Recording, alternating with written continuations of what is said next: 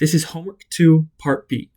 So to start, I will derive the heat diffusion equation for cylindrical coordinates using the differential energy balance. So if we can imagine our cylinder on a Cartesian coordinate plane, we'll say that z is the height.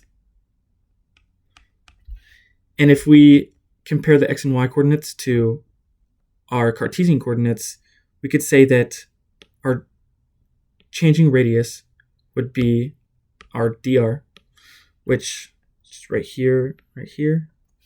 And then our changing angle will be our d theta, and we'll multiply that d theta by our radius so we can get it in units of length, similar to our z and our dr terms. So to begin, our differential energy equation from our last video we decided was our energy stored is equal to our energy generated plus our net heat flow. So the equation for our stored energy can be written as our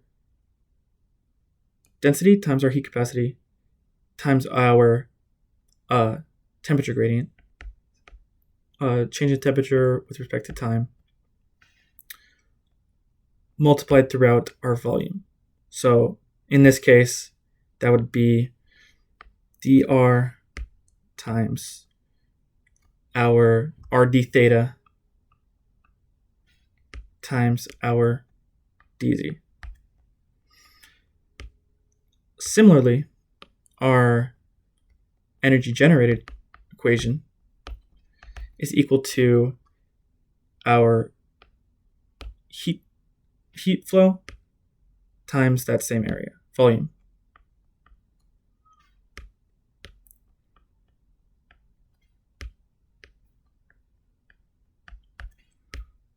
So this right here is our volume. And if we remember, our net heat flow equation is equal to our heat flow in minus heat flow out. And in order to find that with multiple dimensions, we need to find our heat flow relative for each unit. So our heat flow across our z in minus our heat flow across our z out. So to do that, if we remember from the last video, we need to do our Taylor series approximation. So what that looks like, if we can imagine our section of our cylinder,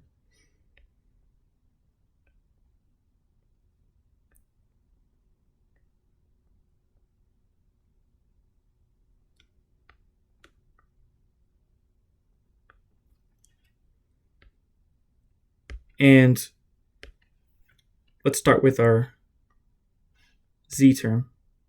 So our z is flowing. The heat for our z term is flowing upward throughout the sphere. So we're looking for this area. And we'll say this is our d theta, our dr terms. So we'll say that this is z down here, and up at the top is our dz. So if we remember to find the heat flow of our dz term, or qz plus dz, we'll find it as qz plus change in temperature with respect to z multiplied by our length dz.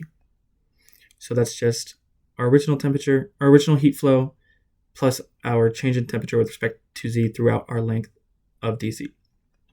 So using that, our net heat flow in the z direction will be equal to our qz minus our QZ plus DZ term. So minus QZ plus change in temperature with respect to Z multiplied by our DZ.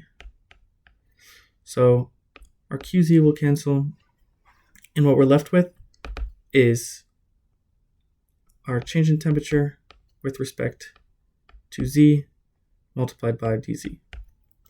Now, if we use Fourier's law,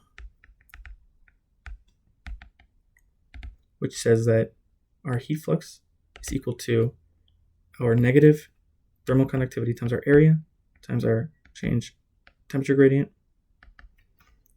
If we solve for our heat flux of Z, we get our QZ is equal to our negative thermal conductivity times our area, which in this case will be, since our heat is flowing upward, we will use our RD theta times dr. Oops.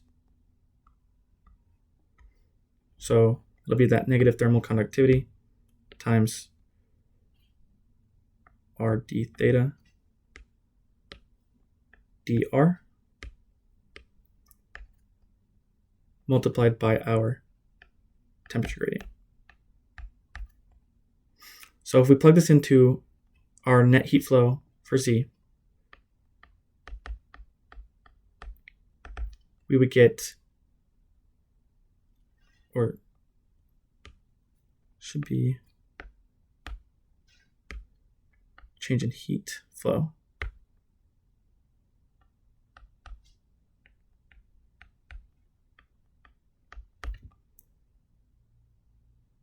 We would get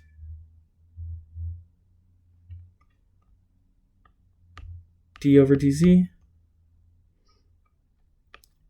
times our negative thermal conductivity times our area, so RD theta times dr,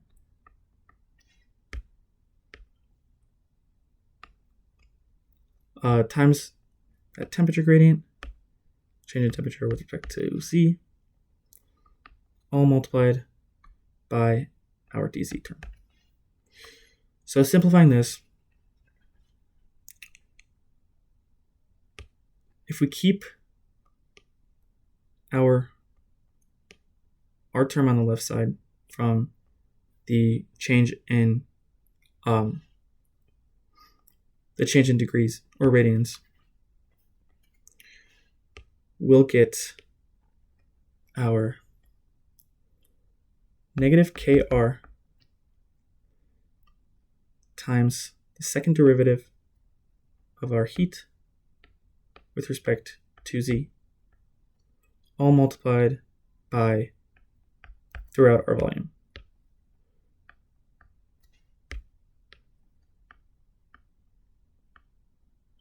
Oops. It's acting up today.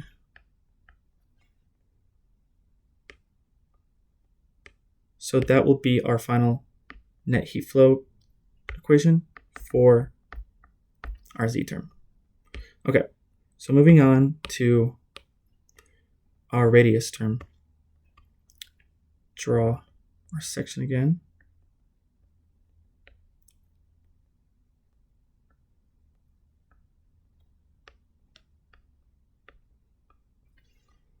So the heat flowing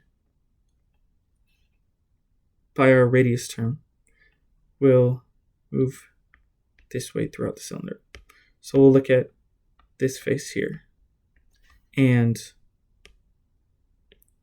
it'll be our RD theta, our DZ term. Okay, so same as before, to find the heat flow of our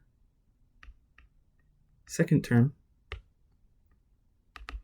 we'll use the equation heat flow of the radius,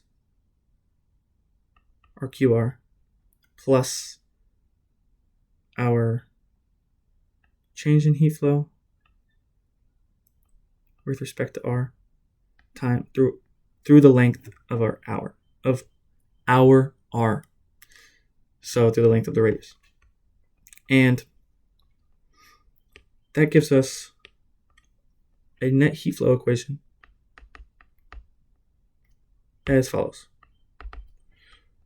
QR minus QR plus dQr over dr times our dr. So these QR terms cancel, and what we're left with is our dQr over dr times dr. So plugging in Fourier's law again,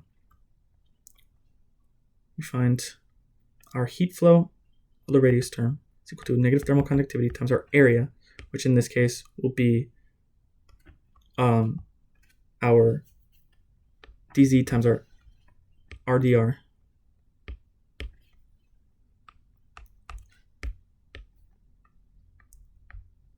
or rd theta multiplied by our temperature gradient with respect to the radius. So if we plug that in,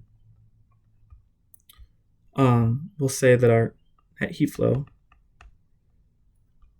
is equal to our d over dr times our negative thermal conductivity times our area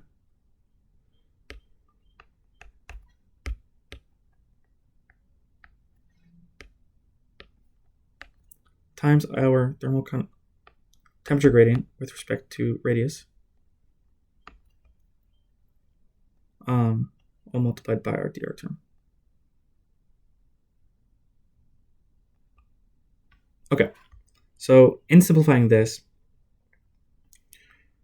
we have to keep this r term inside of the derivative because we're differentiating with respect to r.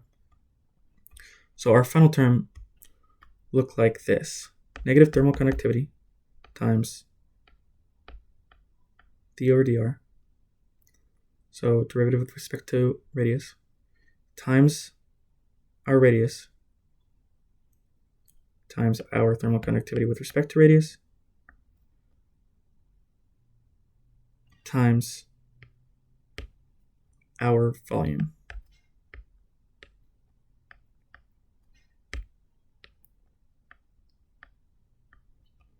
Okay, and then for our final rd theta term, we draw our area, our section one last time.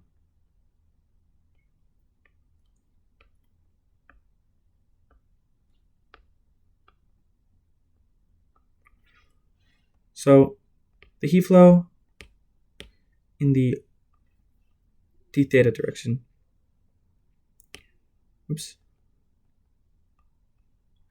we'll look at the heat flowing through this surface here.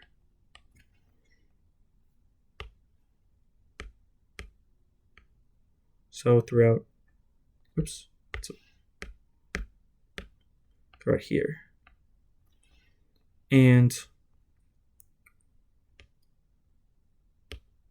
we'll have our dz and our dr term. So to start, find our heat flow, r theta plus rd theta is equal to our initial heat flow, so qr theta plus our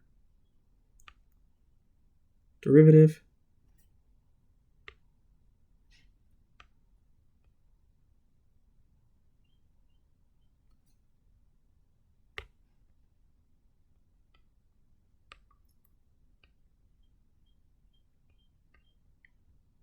times our dr theta. So with that, our net heat flow equation will be qr theta minus qr theta plus dqr theta over dr theta times dr theta. Cancel, cancel.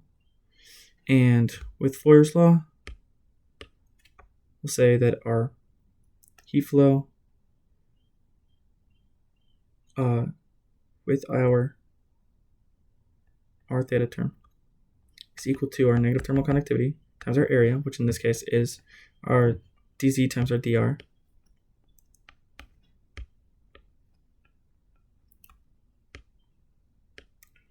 all multiplied by our change in temperature with respect to our angle. So, plugging that in, we'll find that we get our derivative term times our negative thermal conductivity times our area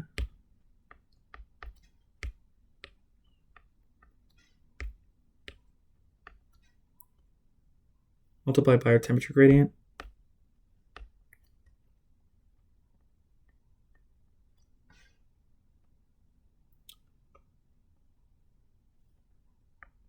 all multiplied by our dr theta term. So, simplifying this, we'll get our negative thermal conductivity over R, because if we take all these R terms out, we're left with R over R squared, which is just 1 over R. And multiplying that by our negative thermal conductivity, we get negative thermal conductivity over R. And then we'll say multiplied by the second derivative of our temperature with respect to our changing angle. And then we'll multiply that by our area. So d theta dr dz, or volume rather. Okay, so plugging all this into our energy equation, which we know is our stored energy, which is our rho c dt over with respect to time, multiplied by our volume,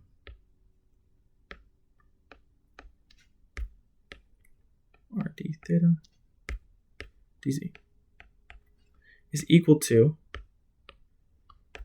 if we take out, let's just take out our volume term for now. So take out that d theta dr dz,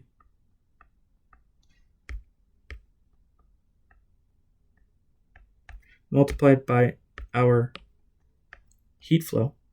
So starting with our z term, that's our negative thermal conductivity times R times our second derivative for temperature with respect to our z. And we'll say minus our radius term, so minus our thermal conductivity times our derivative term times radius, our temperature gradient with respect to R,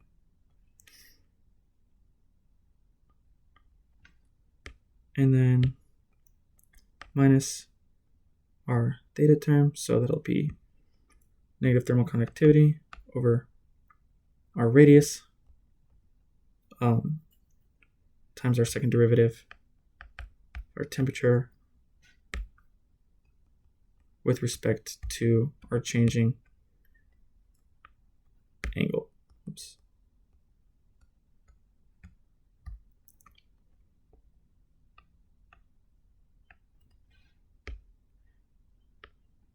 And then to all of this, we'll add our energy generated term, which from up here is our Q throughout our heat flow throughout our volume. So since we already took our volume out, just add Q dot to that. So our volumes cancel. So now we'll divide everything by our radius because we took our radius out of our net heat flow equation, but we left it in the volume right here and also here. Also, these should all be positive. Oops. This should all be positive because if you look at the net heat flow equation, these terms will end up, these negatives will end up factoring out. So multiplying that by their negative thermal conductivity would give us a positive number.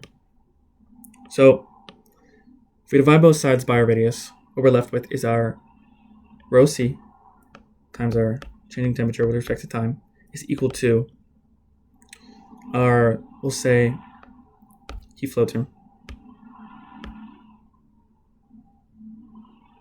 plus our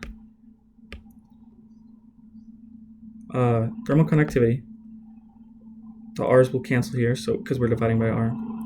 So we'll just be left with thermal conductivity times second derivative of our temperature with respect to z. And then we'll add, we'll say thermal conductivity divided by r multiplied by our first derivative below radius times our radius times our changing temperature with respect to our radius. And then to that, we'll say our thermal conductivity divided by r squared times our second derivative of our temperature with respect to our angle. So that is our final equation. Oh, wait. So if we factor out our thermal conductivity, and if we recall, our thermal conductivity divided by heat capacity and density is equal to our thermal diffusivity, or alpha. So taking out that term, we'll be left with our heat diffusion is equal to our heat flow divided by rho c plus, we'll just say alpha if we take out all these thermal conductivity terms, plus our alpha times second derivative of temperature with respect to z plus 1 over r times our first derivative of radius times our radius times our dt over dr plus 1 over r squared times the second derivative of our temperature with respect to our changing angle. And that is our final equation for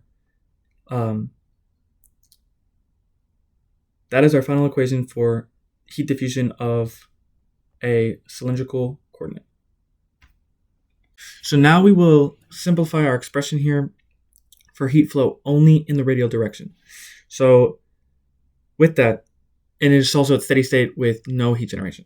So steady state says that our change in temperature with respect to time is equal to 0. Our heat generation will also be to 0. So what we'll be left with is change in temperature with respect to time is equal to our radial term. So times our radius times change in temperature with respect to radius is equal to 0. So in order to relate this to our Ohm's law, so that is our change in voltage is equal to, our change in voltage is equal to our current times resistance. which in heat terms of heat flow, that'll be our change in temperature is equal to our heat flow, Q, times our thermal resistance. Okay, so we'll first need to integrate the expression in order to get our change in temperature into just a temperature term. So with our first integration, we'll be left with our radius, R, times our change in temperature with respect to radius, plus C1 is equal to 0. So rewriting this, we'll get our change in temperature with respect to radius is equal to our negative C1 divided by radius.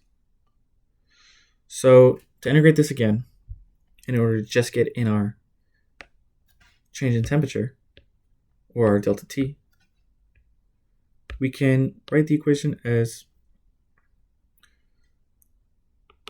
negative C1, we'll do C2 minus C1 times ln, our natural log of the radius.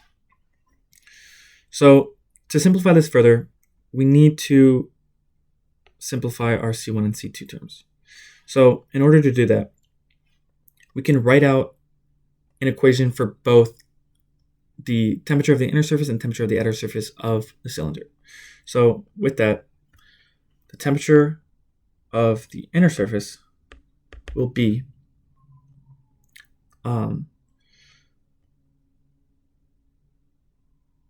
we'll say C2 minus C1 times natural log of our inner radius, and the temperature of the outer surface will be C2 minus C1 times natural log of the radius, the outer radius. So if we write out our change in temperature as our inner surface temperature minus our outer surface temperature, we'll get the following. We'll say C2 plus because we're doing the inner minus the outer now, plus C1 times natural log of the inner minus C2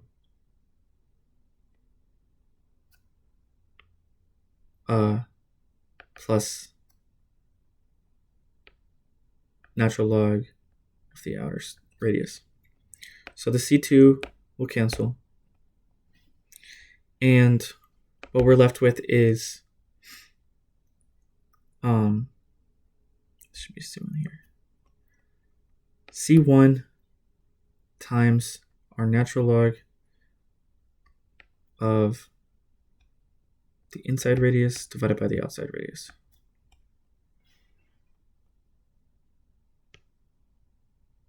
Is equal to our change in temperature. So we can now use this to solve for our C1 variable. And we'll say that C1 is equal to temperature of the inner surface minus temperature of the outer surface divided by our natural log term. So rewriting this whole equation, we'll get temperature of the inner minus temperature of the outer is equal to temperature of the inner minus temperature of the outer divided by natural log of our inner radius divided by our outer radius times the natural log of the inner radius divided by the outer radius. Okay, so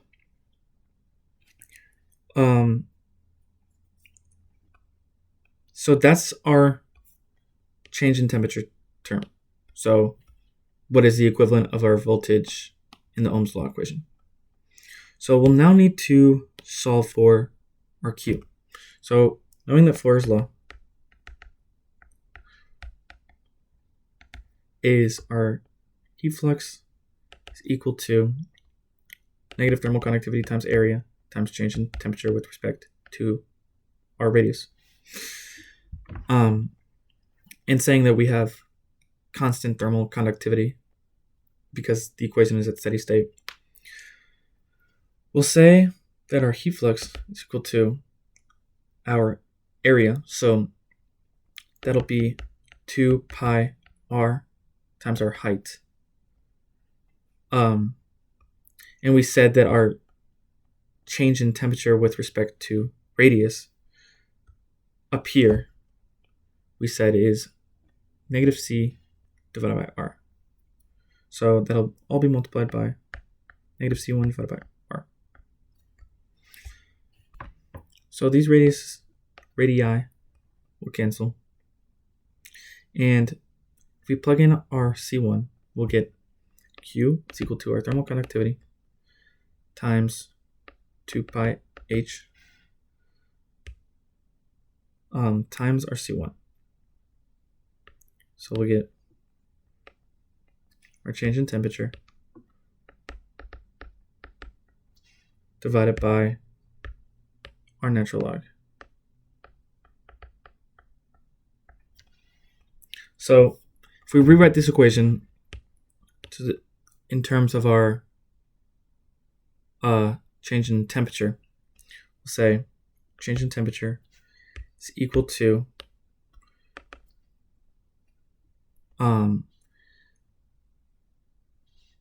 our Q term divided by, or multiplied by, first we'll say, our natural log of our radius divided by our thermal conductivity times 2 pi h. And that is our final equation, with this term being our thermal resistance.